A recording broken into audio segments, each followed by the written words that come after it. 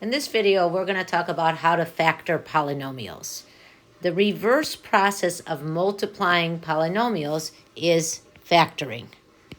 So we just practiced multiplying polynomials. So if we do the reverse, that's going to be factoring. Factoring is the process of writing a polynomial as a product. So we just have things that are multiplied together. Factoring is very important for solving equations and for simplifying rational expressions. In general, when we factor, we look for factors with integer coefficients. If a polynomial cannot be factored using integer coefficients, we are going to say that it is prime or irreducible over the integers.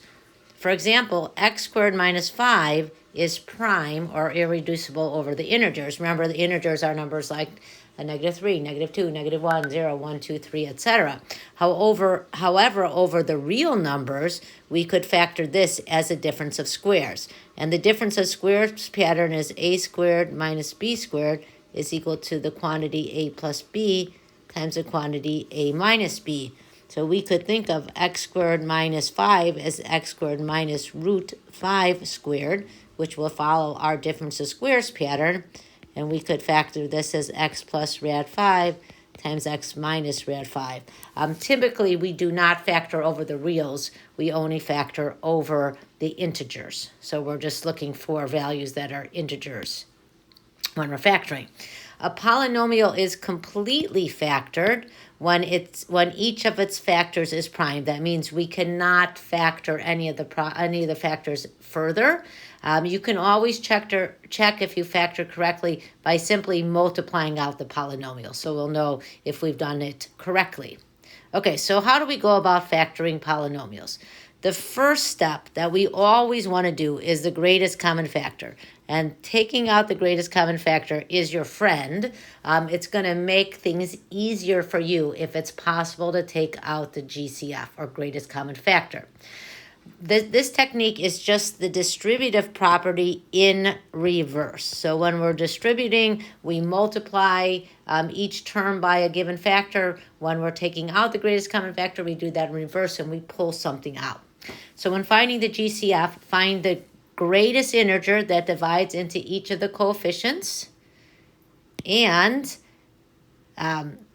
each of the coefficients of the polynomial, and determine the highest power of each variable, x if that's what you're using, that's common to all terms. It has to be common to every single term in the factor. So let's try a couple examples. So in example 6a, we want to take out the greatest common factor between 3x squared and negative 18x. So we look at the coefficients and we say, what's the greatest common factor between 3 and 18? That is 3. 18 is divisible by 3. And then we look at the variable terms, which we have x squared and x, and we want to take out the highest power of x that's common to both. That will just be x to the first power. So we'll factor that out. And then what are we left with? So what do we multiply 3x by to get 3x squared? We'd have 1x left. And what do we multiply 3x by to get 18x or minus 18x? We'd have minus 6.